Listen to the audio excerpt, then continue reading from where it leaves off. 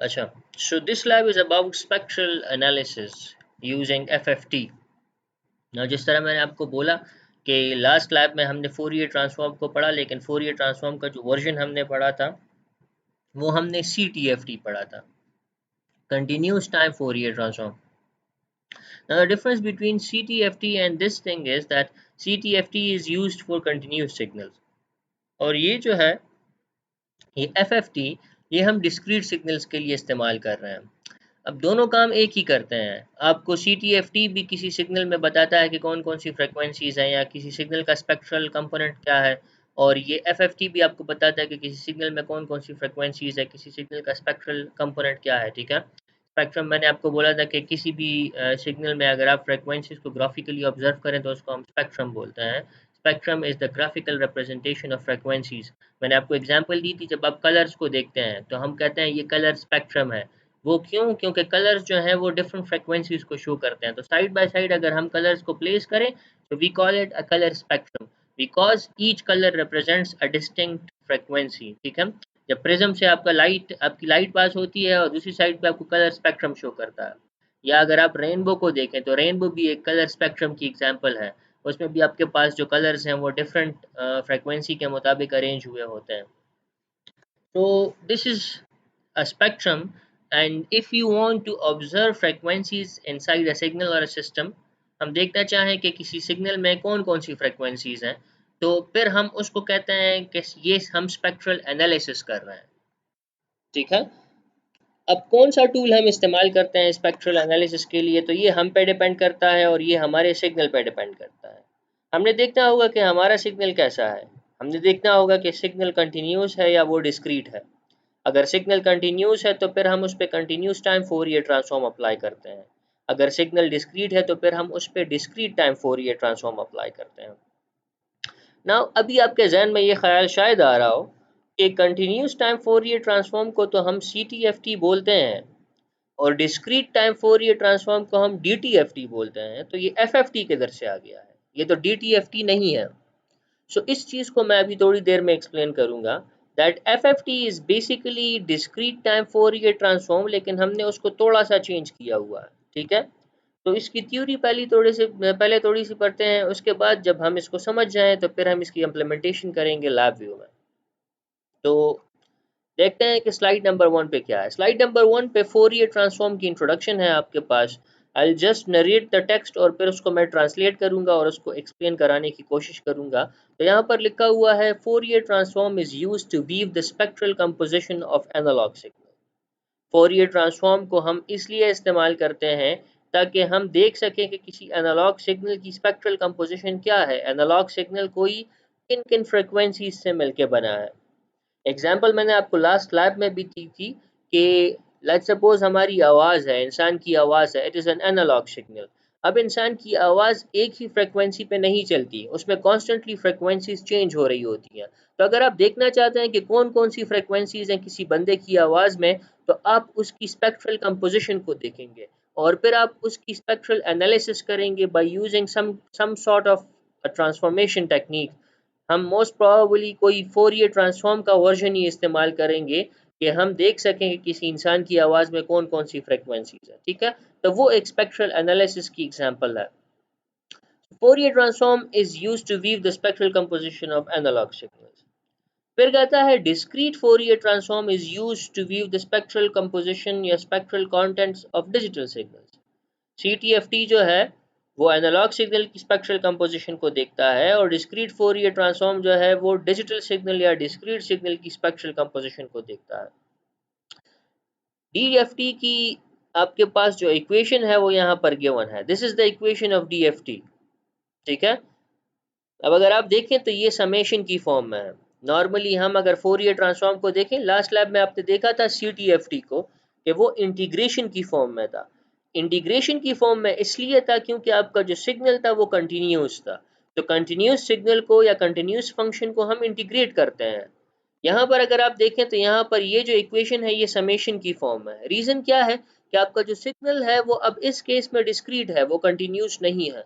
तो discrete signal को हम इंटीग्रेट नहीं कर सकते, उसको फिर हमने सम करना होता है उसके सैंपल्स को। तो इसलिए ये जो इक्वेशन है ये समेशन की फॉर्म में है और अगर आप देखें तो आपका जो फंक्शन है वो एग्जैक्टली सेम है आपके उस लास्ट वाले फंक्शन की तरह। यहाँ पर सिर्फ जो डिफरेंस है वो समेशन और इंटीग्रेशन का है। वहां पर नेक्स्ट चीज क्या थी, आपका सिग्नल था, तो यहाँ पर भी आपका सिग्नल है एक्स एन है, और फिर सिग्नल के साथ क्या चीज मल्टीप्लाई हो रही थी, आपकी ये एक्सपोनेंशियल क्वांटिटी मल्टीप्लाई हो रही थी, जो कि यहाँ पर भी मल्टीप्लाई हो रही है। So this is the basic difference between continuous time Fourier transform and discrete. Just wait, someone has joined the class, Bakar. अच्छा, आई होप आपको ये डिफरेंस समझ आ गया होगा कंटिन्यूस टाइम फोरियर ट्रांसफॉर्म और डिस्क्रीट फोरियर ट्रांसफॉर्म में। Now there are these two statements beneath this equation, ये दो statements लिखी हुई हैं, इसको थोड़ा सा अगर आप समझ लें तो बहुत अच्छा होगा। कहता है कि DFT को कैलकुलेट करने के लिए हमने जो total number of complex operations करने होते हैं वो n raised to the power 2 होते हैं। Now what is this n? ये n जो है ये बेसिकली आपके टोटल नंबर ऑफ सैंपल्स हैं जो कि आपके सिग्नल के अंदर पड़े हुए हैं।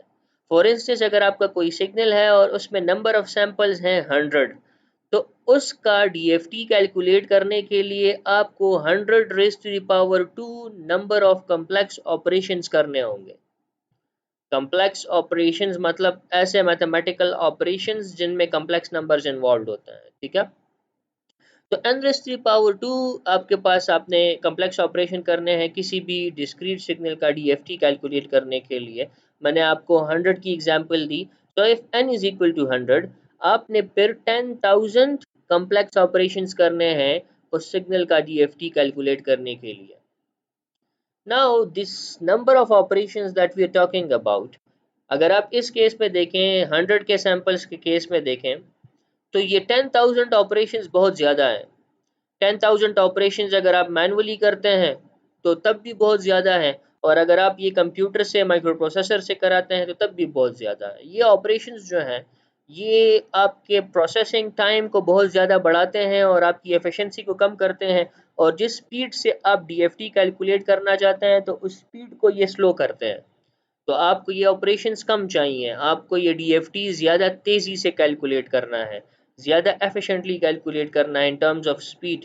तो उसके लिए फिर आप क्या कर सकते हैं, if you look at the last line जो कि आखिरी लाइन है, इधर लिखा हुआ है DFT can be efficiently calculated using fast Fourier transform.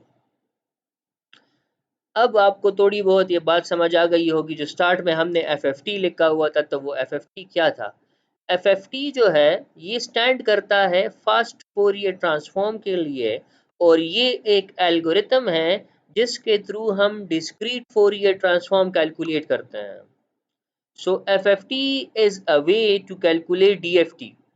FFT एक तरीका है, एक एल्गोरिथम है जिसके जरिए आप DFT कैलकुलेट करते हैं। सो ये कहता है DFT can be efficiently calculated using fast Fourier transform. हम DFT को एफिशिएंटली कैलकुलेट कर सकते हैं फास्ट फोरियर ट्रांसफॉर्म यूज करके। अब फर्क क्या है, यहाँ पर देखें तो कम्प्लेक्स ऑपरेशंस आपके पास n raise to the power 2 है, तो FFT में जो कम्प्लेक्स ऑपरेशंस हैं वो कितने होंगे, तो उसको देखते हैं। Now look at here, FFT makes use of some clever algorithms to do the same thing as DFT does, but in much less time. कहता है कि FFT कुछ होशियार एल्गोरिथम्स का सहारा लेकर वही काम करता है जो DFT करता है। मतलब DFT क्या काम करता है, DFT आपको बताता है कि आपके सिग्नल में कौन कौन सी फ्रेक्वेंसीज है, तो FFT भी यही काम करता है।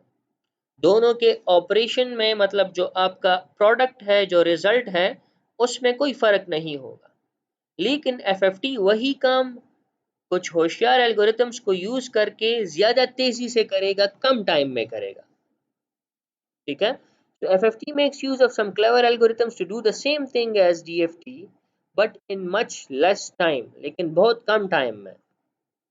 अब FFT कैसे कम टाइम में करता है, तो टोटल नंबर ऑफ कंप्यूटेशंस जो FFT को चाहिए हैं तो वो ये हैं n log base n। उधर जो टोटल नंबर ऑफ कंप्यूटेशंस थे तो वो n स्क्वायर थे, यहाँ पर जो टोटल नंबर ऑफ कंप्यूटेशन है तो वो है n log 2n। तो ये कंप्यूटेशंस आपके उन कंप्यूटेशन से बहुत कम है, अगर आप सोचें इस पे। These computations are much lesser than the computations that are performed in your common discrete Fourier transform. The common discrete Fourier transform इसलिए ज़्यादा टाइम लेता है क्योंकि उधर नंबर ऑफ कंप्यूटेशन ज़्यादा है। अब अगर आप इधर 100 लगाते हैं तो फिर आप कंप्यूटेशन नंबर ऑफ कंप्यूटेशंस को कैलकुलेट करें तो देखेंगे कि आपके पास नंबर ऑफ कंप्यूटेशंस बहुत कम आएंगे। ठीक है, नाउ here's another thing, कहता है in calculating FFT two parameters play a very important role।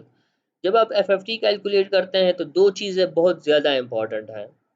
एक चीज़ है द सैम्पलिंग फ्रीक्वेंसी, आपकी जो सैम्पलिंग फ्रीक्वेंसी है मतलब नंबर ऑफ सैंपल्स पर सेकंड कितने हैं किसी सिग्नल के, एक सेकंड में कितने सैंपल्स हैं, एक ये, और एक ब्लॉक साइज कि आपके पास टोटल नंबर ऑफ सैंपल्स किसी सिग्नल ब्लॉक में कितने हैं।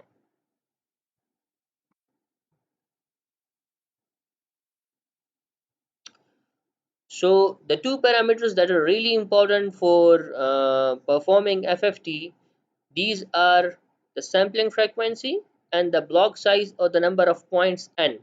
सैम्पलिंग फ्रीक्वेंसी को हम fs से डिनोट करते हैं, स्मॉल fs से, और ब्लॉक साइज को हम कैपिटल N से डिनोट करते हैं। ठीक है, सो fs तो आपका नंबर ऑफ सैंपल्स पर सेकंड हो गया, और ब्लॉक साइज जो कैपिटल N है that is basically the total number of samples present inside your signal block. अगर आप किसी सिग्नल का कोई पोर्शन लेते हैं तो उसमें जितने टोटल नंबर ऑफ सैंपल्स हैं उनको हम कहते हैं ब्लॉक साइज, या इसको नंबर ऑफ पॉइंट्स भी बोलते हैं, नंबर ऑफ सैंपल्स को हम नंबर ऑफ पॉइंट्स भी बोलते हैं। तो आई होप ये चीज़ आपको समझ में आ गई है। अब हम आगे जाते हैं। अब हम फास्ट फोरियर ट्रांसफॉर्म के ऑपरेशन को थोड़ा समझते हैं कि फास्ट फोरियर ट्रांसफॉर्म ऑपरेट किस तरह करता है।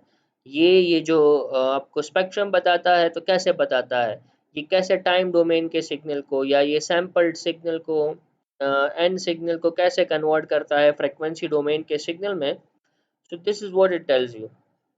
It says for block size of n time domain samples are used to calculate n frequency domain samples।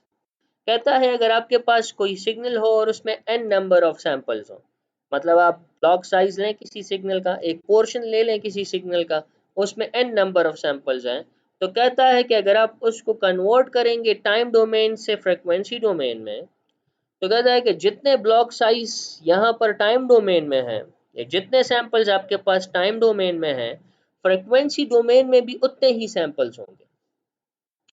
कहता है देखें N time domain samples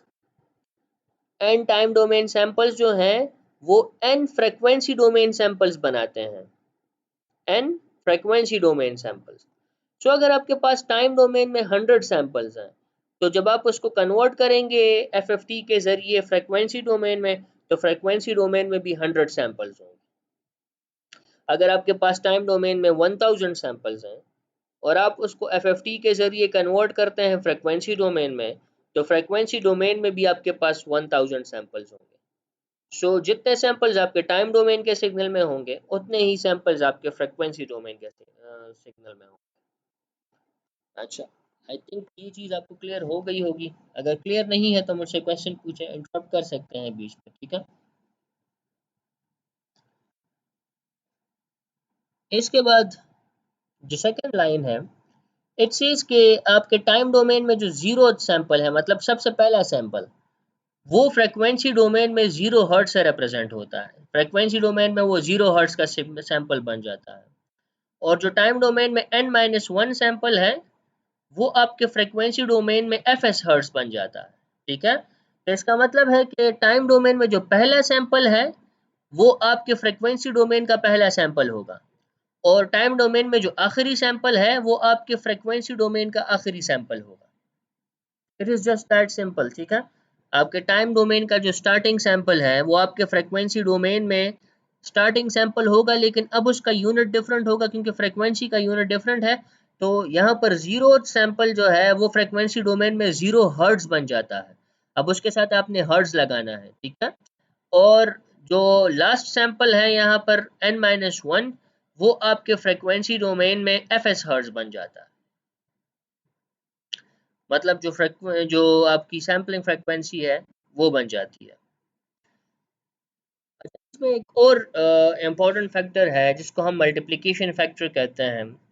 So the multiplication factor for the FFT should be fs by n minus 1. कहता है कि ये multiplication factor होगा आपके FFT का. ये जब आप FFT कैलकुलेट कर लें तो उसका जो फ्रीक्वेंसी एक्सिस है वो नॉर्मली एडजस्ट नहीं होता, ठीक है. उसका फ्रीक्वेंसी एक्सिस नॉर्मली गलत इंफॉर्मेशन शो करता है. तो उसको एडजस्ट करने के लिए हम ये fs by n minus 1 उसके साथ मल्टीप्लाई कर देते हैं. इसको इसलिए मल्टीप्लिकेशन कहते हैं. तो जब ये आपके रिजल्ट के साथ मल्टीप्लाई हो जाता है तो तब आपका फ्रीक्वेंसी एक्सिस जो है वो ज़्यादा एडजस्ट वो ठीक हो जाता है, एडजस्ट हो जाता है, उसका रिजल्ट ठीक हो जाता है.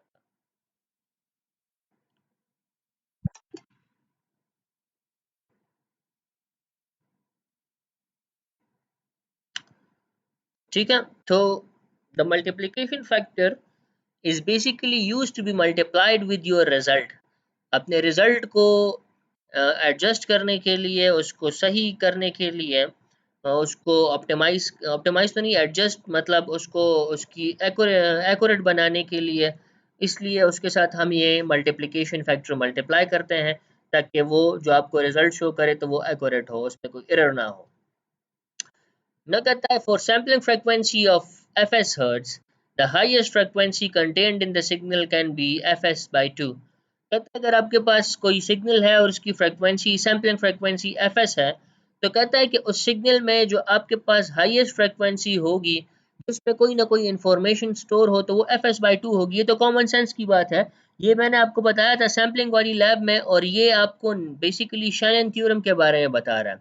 शैनन थ्योरम कहता है कि जो fs है वो बेसिकली आपके ओरिजिनल फ्रीक्वेंसी का डबल होता है.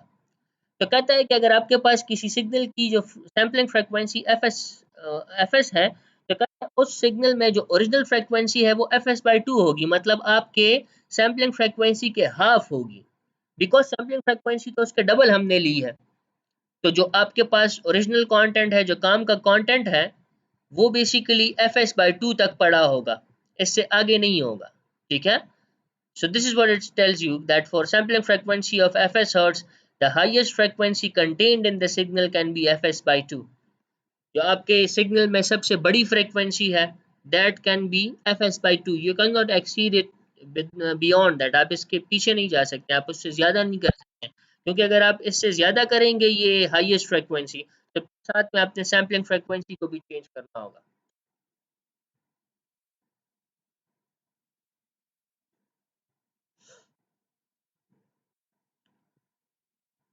Right. So for the sampling frequency of fs hertz, इस लाइन में है हम, the highest frequency contained in the signal can be fs by 2. कोई सिग्नल है और उसकी जो सैम्पलिंग फ्रीक्वेंसी है वो fs hertz है तो उस सिग्नल में जो हाईएस्ट फ्रीक्वेंसी होनी चाहिए वो fs by 2 होनी चाहिए, because we have taken the sampling frequency double of the highest frequency by following the Shannon criteria or the Shannon theorem. तो इसलिए वो चीज़ हमने माइंड में रखनी होगी कि जब भी हम fs लेते हैं तो शैनन थ्योरम के मुताबिक हम उसको डबल लेते हैं, इसलिए जो हाईएस्ट फ्रीक्वेंसी है दैट वुड बी fs. ठीक है.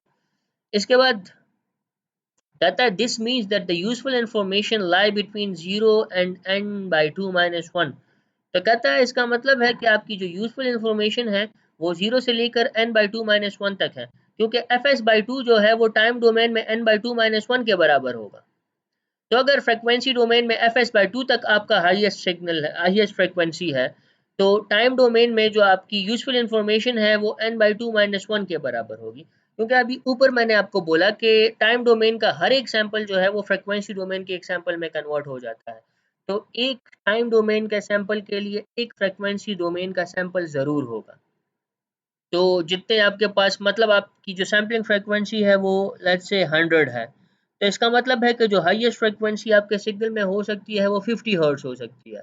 इसका मतलब है कि फ्रीक्वेंसी डोमेन पे जो आपकी हाईएस्ट फ्रीक्वेंसी होगी वो 50 हर्ट्ज तक होगी, तो आपका सिग्नल जो है वो 0 से लेकर 50 हर्ट्ज तक होगा, और टाइम डोमेन पे आपका जो सिग्नल होगा वो 0 से लेकर 49 तक होगा, because it is n by 2 minus 1.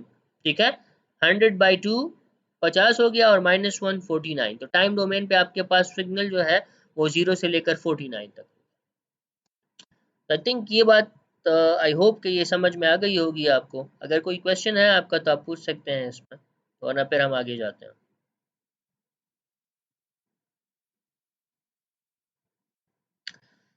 अच्छा, अब हम देखते हैं फास्ट फोरियर ट्रांसफॉर्म को प्रैक्टिकली। यहाँ पर अगर आप देखें तो आपको एक वी आई या एक ब्लॉक डायग्राम का स्क्रीनशॉट आपके पास यहाँ पर गिवन है। आपके पास दो सिग्नल्स हैं जो कि साइन वेव्स हैं। इन साइन वेव्स को हमने ऐड किया हुआ है, इनको जमा किया हुआ है, और फिर इनको हम गुजारते हैं एक फंक्शन में से जो कि एक एक्सप्रेस वी आई है। ठीक है, इस एक्सप्रेस वी आई का नाम है स्पेक्ट्रल मेजरमेंट्स। ये स्पेक्ट्रल मेजरमेंट्स जो है ये आपको बताता है कि आपके सिग्नल में कौन कौन सी फ्रिक्वेंसीज है, और ये कैसे बताता है आपको, by taking the FFT of that signal. आपके सिग्नल का ये एफएफटी ले रहा है, फास्ट फोरियर ट्रांसफॉर्म ले रहा है। ठीक है, और रिजल्ट आपको ये शो करता है यहाँ पर वेव फॉर्म ग्राफ पे। तो मैं यही कोड अभी आपको रन करके बताऊंगा लैब व्यू में, फिर देखते हैं कि आपको रिजल्ट कैसे शो हो रहा है। So let's just check it. ये लैब व्यू की जो विंडोज हैं ये आपको नजर आ रही हैं।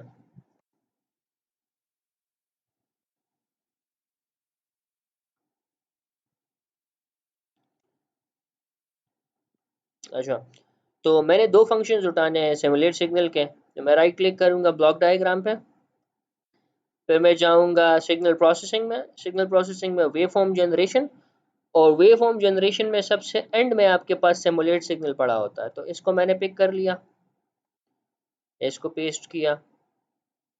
फ्रीक्वेंसी लेट्स सपोज मैं एक जो सिग्नल है उसकी फ्रीक्वेंसी 50 हर्ट्ज लेना चाहता हूँ, तो इसको मैंने 50 कर दिया, और सिग्नल साइन वेव ही होगा, मतलब इसको मैं साइन वेव पे ही रहने देता हूँ, कोई और टाइप ऑफ सिग्नल मैं इस्तेमाल नहीं करता। तो इसको साइन वेव ही रहने दिया मैंने, और इसकी फ्रीक्वेंसी मैंने 50 हर्ट्ज पे सेट की, और इसको ओके कर दिया। फिर एक और सिमुलेट सिग्नल मुझे चाहिए, क्योंकि मुझे दो सिग्नल्स चाहिए जो कि मैंने जमा करने हैं, ऐड करने हैं। तो इसी को मैं कंट्रोल सी और कंट्रोल वी से कॉपी पेस्ट कर दूंगा, और इसकी फ्रीक्वेंसी जो है इसको मैं चेंज कर देता हूँ। उसकी फ्रीक्वेंसी मैंने 50 हर्ट्ज ली थी, तो इसकी मैं 100 हर्ट्ज ले लेता हूँ। 100 हर्ट्ज की फ्रीक्वेंसी ली मैंने, और फिर इसको मैंने ओके कर दिया। अब मैं एक एडिशन का फंक्शन उठाऊंगा, तो मैं राइट क्लिक करूंगा ब्लॉक डायग्राम पे, फिर जाऊंगा प्रोग्रामिंग में, फिर जाऊंगा न्यूमेरिक, और न्यूमेरिक के अंदर मेरे पास एडिशन का फंक्शन पड़ा हुआ है। तो ये ऐड का फंक्शन मैं यहाँ पर प्लेस करूंगा। फिर ये ऊपर वाला सिग्नल भी मैं इस एडिशन वाले फंक्शन को दूंगा, जो कि 50 हर्ट्ज का सिग्नल है, और ये दूसरा सिग्नल भी मैं इस एडिशन वाले फंक्शन को दूंगा जो कि 100 हर्ट्ज का सिग्नल है। तो दोनों फंक्शंस मैंने इस एडिशन के फंक्शन को दे दिए हैं। अब नेक्स्ट मुझे क्या चाहिए, मुझे एफएफटी वाला फंक्शन चाहिए, वो स्पेक्ट्रल मेजरमेंट वाली एक्सप्रेस वीआई चाहिए है, जो कि मुझे इस सिग्नल में बता सके कि कौन कौन सी फ्रिक्वेंसीज हैं। Now if you look at it, this is basically, अगर आप देखें तो ये जो एडिशन है, इस एडिशन से जो सिग्नल निकलेगा तो वो एक ही सिग्नल होगा, फिर वो इन दोनों का एडिशन होगा और एक ही सिग्नल होगा, एक कंपोजिट सिग्नल होगा। वो कंपोजिट सिग्नल जो है उसमें आपके पास ये वाली फ्रीक्वेंसी भी होगी और ये वाली फ्रीक्वेंसी भी होगी, उसमें 50 हर्ट्ज भी फ्रीक्वेंसी होगी और 100 हर्ट्ज भी। उस सिग्नल को देख के कोई नहीं बता सकता कि इसमें कौन कौन सी फ्रीक्वेंसी है। ठीक है, फॉर इंस्टेंस अगर मैं यहाँ पर आपको एक वेव फॉर्म ग्राफ लगा के दूं, और अब हम इसको ऑब्जर्व करें, इस सिग्नल को रन करें इसको, तो देखें इस सिग्नल से कभी भी पता नहीं चलेगा कि इसमें एक फ्रीक्वेंसी 50 हर्ट्ज की है और एक 100 हर्ट्ज की है। मतलब आप कभी भी टाइम डोमेन में नहीं बता सकते हैं that there are specific frequencies inside a signal, जो कि आप देख के बता सकें कि ये फ्रीक्वेंसी इसमें प्रेजेंट है। कभी भी आप नहीं बता सकते, दिस जस्ट नॉट पॉसिबल। ठीक है, अब इसके लिए क्या करना होगा मुझे, तो इसके लिए मैंने वो फंक्शन उठाना है, एक्सप्रेस वीआई उठानी है स्पेक्ट्रल मेजरमेंट की। तो मैं राइट क्लिक करूंगा यहाँ पर। जैसे ही आप राइट क्लिक करते हैं तो फंक्शंस का पैलेट ओपन होता है। इसमें आपको ये जो ऑप्शन नज़र आ रहा है सिग्नल एनालिसिस का, इस पे अगर आप देखें तो आपके पास सबसे पहला वाला ऑप्शन है स्पेक्ट्रल मेजरमेंट्स। ये स्पेक्ट्रल मेजरमेंट्स पे आप इस पे क्लिक करें, इसको पिक करें, और फिर इसको प्लेस करें अपने ब्लॉक डायग्राम पे। जैसे ही आप इसको ब्लॉक डायग्राम पे प्लेस करते हैं तो आपके पास एक विंडो ओपन होती है जो कि हर एक एक्सप्रेस वीआई के केस में आपके पास होनी चाहिए। इस केस में अगर आप देखें तो आपको ये बताता है कि तुम्हें मेजरमेंट किस किस्म की चाहिए। देखें यहाँ पर ऑप्शन है सेलेक्टेड मेजरमेंट। तो मुझे बेसिकली मैग्नीट्यूड रिस्पॉन्स चाहिए है। ये जो आपके पास फोरियर ट्रांसफॉर्म होता है, this is a complex quantity. ये कम्प्लेक्स क्वांटिटी होती है। इसमें फेज रिस्पॉन्स भी होता है, फेज की इंफॉर्मेशन भी होती है, और इसमें मैग्नीट्यूड की इंफॉर्मेशन भी होती है। लेकिन नॉर्मली जो इंफॉर्मेशन हम देखते हैं तो वो मैग्नीट्यूड की देखते हैं। मैग्नीट्यूड की कैसे, मतलब एक्स एक्सिस पे आपके पास फ्रीक्वेंसी होती है और वाई एक्सिस पे आपके पास मैग्नीट्यूड होता है। तो आपको पता चलता है कि कौन सी फ्रीक्वेंसी पे कितना मैग्नीट्यूड है। तो तब आप उसको देख के आसानी से बता सकते हैं कि ये फ्रीक्वेंसी कंटेंट आपके सिग्नल में प्रेजेंट है और ये प्रेजेंट नहीं है। Hope you are getting this. तो यहाँ पर मैंने मैग्नीट्यूड आरएमएस को ही चूज करना है। इसके बाद जो रिजल्ट है, तो ये रिजल्ट मुझे दो स्केल्स में दिखा सकता है। ये मुझे लीनियर स्केल में भी रिजल्ट बता सकता है और ये मुझे डेसिबल्स में भी बता सकता है। डेसिबल्स नॉर्मली हम पावर स्केल के लिए इस्तेमाल करते हैं, अगर हम पावर को कैलकुलेट करना चाहें तो करते हैं। तो मैं लीनियर स्केल को चूज करूंगा जो कि मुझे लीनियरली बताएगा कि कितना मैग्नीट्यूड है मेरे सिग्नल में। फिर मैं इसको ओके कर देता हूँ। इसको मैंने ओके किया। अब मैं ये वेव फॉर्म ग्राफ जो है इधर से रिमूव कर देता हूँ, और जो आउटपुट ऑफ दिस सिग्नल है इसको मैं कनेक्ट कर देता हूँ अपने स्पेक्ट्रल मेजरमेंट के एक्सप्रेस वीआई के साथ। तो ये एडिशन का आउटपुट जो है इसको मैं लेके इस सिग्नल्स में इनपुट कर देता हूँ। इधर मैंने इनपुट किया। अब मैंने आउटपुट को देखना है on the frequency domain FFT calculate करने के बाद। तो यहाँ से मैं आउटपुट लूंगा एफएफटी आरएमएस से।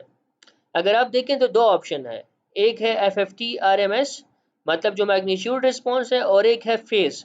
तो मैग्नीट्यूड रिस्पॉन्स और फेज रिस्पॉन्स दोनों आप ऑब्जर्व कर सकते हैं अपने वेवफॉर्म ग्राफ पे। लेकिन चूंकि मुझे मैग्नीट्यूड रिस्पॉन्स चाहिए है तो मैं एफएफटी आरएमएस को कनेक्ट करूंगा यहाँ पर अपने वेवफॉर्म ग्राफ के साथ। इधर मैंने कनेक्ट किया। अब होना ये चाहिए है कि ये जो एफएफटी है ये मुझे बताए कि मेरे सिग्नल में कौन कौन सी फ्रिक्वेंसीज हैं। मेरे सिग्नल में 50 हर्ट्ज की फ्रिक्वेंसी है और मेरे सिग्नल में 100 हर्ट्ज की फ्रिक्वेंसी है। तो मुझे ये इंफॉर्मेशन शो होनी चाहिए मेरे वेवफॉर्म ग्राफ में। तो इसको मैं रन करता हूँ। इसको मैंने रन किया। तो अब आप देखें कि वेवफॉर्म ग्राफ पे मुझे दो पीक शो हो रहे हैं। अगर आप देखें तो ये एक पीक 50 पे है और ये दूसरा 100 पे है। इसका मतलब है कि मेरे पास इस सिग्नल में ये दो फ्रिक्वेंसीज हैं। ये दो इम्पल्सेस जो हैं ये मुझे ये बता रहे हैं कि मेरे इस सिग्नल में 50 हर्ट्ज की फ्रिक्वेंसी है और 100 हर्ट्ज की फ्रिक्वेंसी है। अगर मैं यहाँ पर अपनी फ्रिक्वेंसी थोड़ी सी चेंज कर दूं, 300 कर दूं, लेट्स सपोज 100 की जगह, और फिर इसको दोबारा रन करूं, तो देखें ये मुझे एग्जैक्टली वही क्वांटिटी बताएगा जो मेरे पास सिग्नल में प्रेजेंट है। देखें ये मुझे बता रहा है कि मेरे सिग्नल में 50 हर्ट्ज की फ्रीक्वेंसी है एक, और एक फ्रीक्वेंसी मेरे पास 300 हर्ट्ज की है। तो ये बात समझ में आई। इस तरह आपको एफएफटी या फोरियर ट्रांसफॉर्म बताता है किसी भी सिग्नल के बारे में कि उस सिग्नल में कौन कौन सी फ्रीक्वेंसीज अवेलेबल हैं, कौन कौन सी फ्रीक्वेंसीज प्रेजेंट हैं। Is this clear? क्या बस मुझे बताएं, ये समझ आ गया आपको?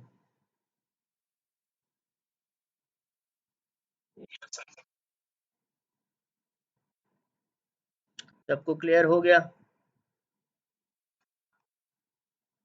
अब्दुल्ला क्लियर है? Afaq, Daniyal, Hashim, Jalal, Taha, Suleman. Okay, that's good, that's good. तो इस तरह हम किसी भी सिग्नल का स्पेक्ट्रल कंपोजिशन देखते हैं, ठीक है। अब आप कहेंगे कि ये तो बहुत ही कोई सिंपल सिग्नल था। तो याद रखें कि अगर आप इन सिग्नल्स को हटा दें और इधर अपनी आवाज़ का सिग्नल जो है वो इनपुट करें स्पेक्ट्रल मेजरमेंट की एक्सप्रेस वीआई को। तो ये स्पेक्ट्रल मेजरमेंट की एक्सप्रेस वीआई आपको आपकी आवाज़ में भी स्पेसिफिकली बताएगा कि कौन कौन सी फ्रिक्वेंसी आपके पास आपकी आवाज़ में प्रेजेंट है। मतलब नॉर्मली हमारी जो आवाज़ की रेंज है तो वो 300 हर्ट्ज से शुरू होती है और 3.5 किलो हर्ट्ज तक जाती है। तो फिर आपका ये जो सिग्नल, ये जो ग्राफ है, वेव फॉर्म ग्राफ, इसकी जो रेंज है वो 300 हर्ट्ज से लेकर 4 किलो हर्ट्ज तक या 5 किलो हर्ट्ज तक होगी।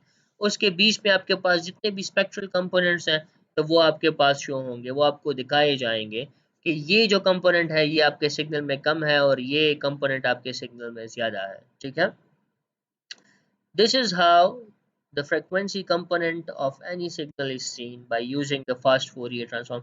तो ये स्पेक्ट्रल मेजरमेंट तो ये मैंने आपको समझा दिया, ये तो देख लिया आपने, और फिर ये रिजल्ट भी आपने अभी देखा। यहाँ पर अगर आप देखें तो इन्होंने 100 और 300 की फ्रिक्वेंसीज को चूज़ किया हुआ है। ये जो साइड में आपको दो बॉक्सेस नज़र आ रहे हैं तो ये इसलिए क्योंकि इन्होंने कंट्रोल्स यूज़ किए हैं। तो अगर मैं भी कंट्रोल्स लगा लूँ अपने सिमुलेट सिग्नल के साथ तो मेरे पास भी ये इस तरह के दो कंट्रोल्स नज़र आएंगे फ्रंट पैनल के ऊपर। ठीक है, अच्छा, इन्होंने यहाँ पर ये 500 को इनसर्कल किया हुआ है। क्या कोई मुझे बता सकता है कि ये 500 यहाँ पर क्यों आ रहा है, क्यों दिखाई दे रहा है?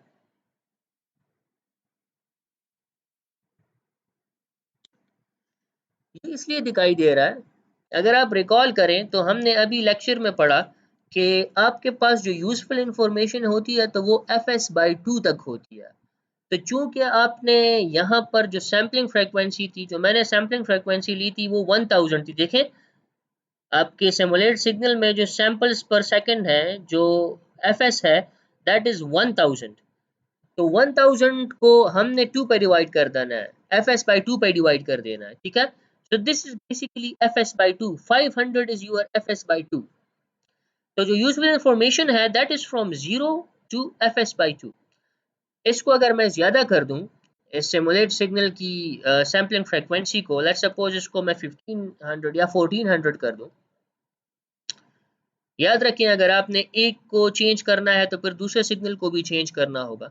द रीजन इज कि अगर आप चेंज नहीं करेंगे तो फिर एक सिग्नल की सैम्पलिंग फ्रीक्वेंसी डिफरेंट होगी और दूसरे सिग्नल की सैम्पलिंग फ्रीक्वेंसी डिफरेंट होगी, तो वो सैम्पलिंग फ्रीक्वेंसीज जो है वो आपस में ऐड अप नहीं होंगी। फिर आपने ये जो एडिशन का फंक्शन इस्तेमाल किया है ये दोनों को फिर ऐड नहीं कर सकेगा।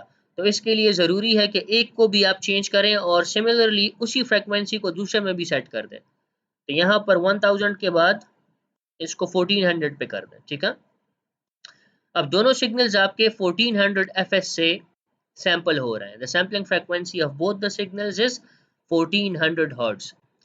अब इस केस पे मेरे पास ये जो ग्राफ है ये कहाँ से कहाँ तक होना चाहिए। So what you do, you take your fs and you divide by 2। आपके पास fs 1400 है तो 1400 को 2 पे डिवाइड करें तो आपके पास 700 आता है। तो इस केस में आपका ये जो ग्राफ है ये 0 से लेकर 700 तक होना चाहिए। इसको अभी देखते हैं किस तरह होता है या नहीं होता। जैसे ही मैंने इसको रन किया तो देख लें आपका ग्राफ 0 से लेकर 700 तक हो गया है, 700 तक। So the range of your graph, or you could say the range of your useful information, basically depends on your sampling frequency।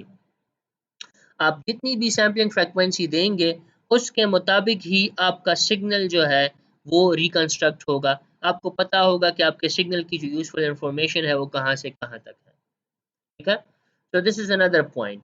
इसके अलावा वो जो कंट्रोल्स का पॉइंट है तो आप यहाँ पर फ्रीक्वेंसी पे कंट्रोल्स लगा सकते हैं, राइट क्लिक करके क्रिएट कंट्रोल। तो देखिए यहाँ पर फिर आपको ये बॉक्स नज़र आ रहा है जिसमें आपको ये फ्रीक्वेंसी गिवन है। सिमिलरली दूसरे पे भी आप एक कंट्रोल लगा लें, तो फ्रीक्वेंसी पे कर्सर ले आए, राइट क्लिक करें, क्रिएट कंट्रोल, तो एक और बॉक्स आपके पास आ गया है। अब इसको आप रन टाइम में चेंज कर सकते हैं। ये जो फ्रीक्वेंसीज हैं इनको रन टाइम में चेंज कर सकते हैं और साथ साथ आप इसका स्पेक्ट्रम भी ऑब्जर्व कर सकते हैं कि वो चेंज हो रहा होगा। रन टाइम में चेंज करने के लिए मैं क्या करूँगा, मैं ये रन कंटिन्यूसली का ऑप्शन इस्तेमाल करूँगा। रन कंटिन्यूसली पे आप क्लिक करते हैं तो ये जो कोड है ये बार बार एग्जीक्यूट होता है, कंटिन्यूसली एक लूप में एग्जीक्यूट होता है। ठीक है, तो इसको मैं क्लिक करता हूँ अब मैं फ्रीक्वेंसी चेंज करता हूँ, जो ज़रा स्पेक्ट्रम को देखेंगे कैसे चेंज हो रहा है। देखें स्पेक्ट्रम साथ साथ मूव कर रहा है।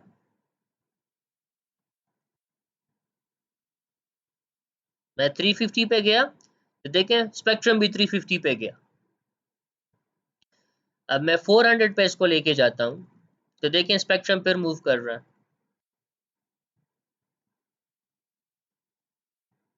तो ये 400 पे आ गया। इसी तरह ये दूसरी जो फ्रीक्वेंसी है इसको चेंज करें तो ये भी मूव कर रही है।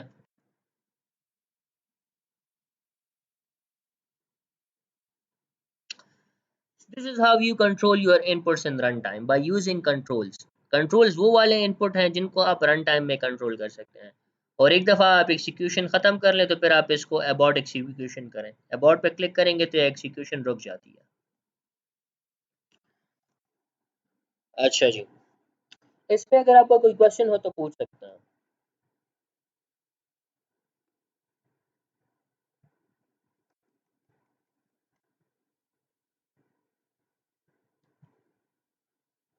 So this is all about this lab for now. इंशाल्लाह कमिंग लैब में हम इसी एफएफटी को यूज़ करेंगे for the purpose of filtration. देखेंगे कि हम कौन सी फ्रिक्वेंसी को रिमूव करना चाहते हैं और कौन सी फ्रिक्वेंसी को एनहांस करना चाहते हैं। तो इसी एफएफटी को ही यूज़ करके हम वो काम करेंगे, फ्रिक्वेंसी रिमूवल और फ्रिक्वेंसी कंपोनेंट्स को देखना, फिर उस फ्रिक्वेंसी को रिमूव करना, फिर जो फ्रिक्वेंसी हमें चाहिए है उसको रहने देना। तो ये काम जो है इंशाल्लाह हम कमिंग लैब में करेंगे। This is all about this. ठीक है।